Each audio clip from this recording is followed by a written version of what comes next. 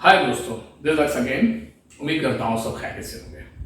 दोस्तों, एक मर्तबा का जिक्र है कि गौतम बुद्ध जी एक गांव में प्रचार करने जा रहे थे। जैसे वह पहुंचे तो तकरीबन 150 लोग मौजूद थे जो गौतम जी को सुनने के लिए आए थे। बुद्धा कुछ नहीं बोले, थोड़ी देर वहां रुके और चले गए और लोगों को कहा कि क्या करना। जब दूसरे दिन जब वो जाते हैं तो वहां पर भीड़ थोड़ी कम हो जाती है। जो 150 लोग थे उसमें से 100 आ जाते हैं। दूसरे दिन भी वो बगैर कुछ बोले तीसरे दिन का इनविटेशन लेके चले जाते हैं। तीसरे दिन लोग और कम हो जाते हैं, तकरीबन कोई 50 के करीब हो जाते हैं। फिर भी बुद्ध कुछ नहीं बोलते। चौथे दिन का कह के चले जाते हैं। चौथे दिन कोई 25 लोग होते हैं, फिर भी वो कुछ नहीं बोलते। और 5वें दिन जब वो आते हैं ये कह के कि मैं 5वें दिन आऊँगा, तब देखेंगे तो 5वें दिन वहाँ पर महज 14 लोग बैठे होते हैं, सिर्फ 14। उस दिन गौतम बुद्ध अपना प्रचार करते हैं। जब प्रचार खत्म होता है, जब वो प्रीच खत्म होती है, तो उनमें से एक जो उनका विद्यार्थी शागिर्द जो भी आप कहें, आनंद, वो उनसे सवाल करता है।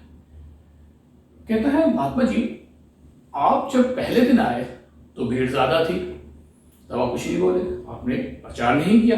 दूसरे दिन और कम हुई, तीसरे दिन और कभी, चौथे दिन भी आप कुछ नहीं बोले और आज बोले 5वें दिन, जबकि हम लोग महज 14 लोग हैं। तो उस पर बुद्ध बताते हैं उनको कि आनंद, मुझे भीड़ नहीं चाहिए, मुझे सीखने वाले चाहिए। वो लोग जिनमें बर्दाश्त होती है, वो लोग जो स्थिर होते हैं, वो लोग जो सुनना या ज्ञान लेना या नॉलेज के भूखे होते हैं, वो बाहर बाहर आते गए हैं। और वो आप लोगों को चुरा लो, क्योंकि बाज़ औक़ात हम लोग बहुत ज़्यादा भीड़ देख के समझते हैं कि हमारा प्रचार, हमारा ज्ञान, हमारी एजुकेशन बहुत ज़्यादा फैलेगी। हमें तो ये भी नहीं पता होता है कि उन इतने सारे लोगों में हमें सुनता कौन है और कौन हमें दरगुजर कर रहा होता है, अपनी बातों में लगा होता है। अक्सर आपने देखा होगा हमारी ज़िंदगी के अंदर ऐसा ही होता है कि हम जो स्पीकर्स होते हैं या लीडर्स होते हैं, वो चाहते हैं कि बहुत ज़्यादा बड़ी भीड़ हो ताकि लोगों तक बात पहुँचे, लोग मुझे सुने। लेकिन हमें ये नहीं पता होता कि लोग हमें सुन रहे हैं या सुन सुन के सुन हो चुके होते हैं। दोस्तों, ये वही 14 लोग हैं जिन्होंने बुद्धिज़्म को आगे बढ़ाया और अच्छी खासी तादाद में आज बुद्धिज़्म पैदा हुआ है।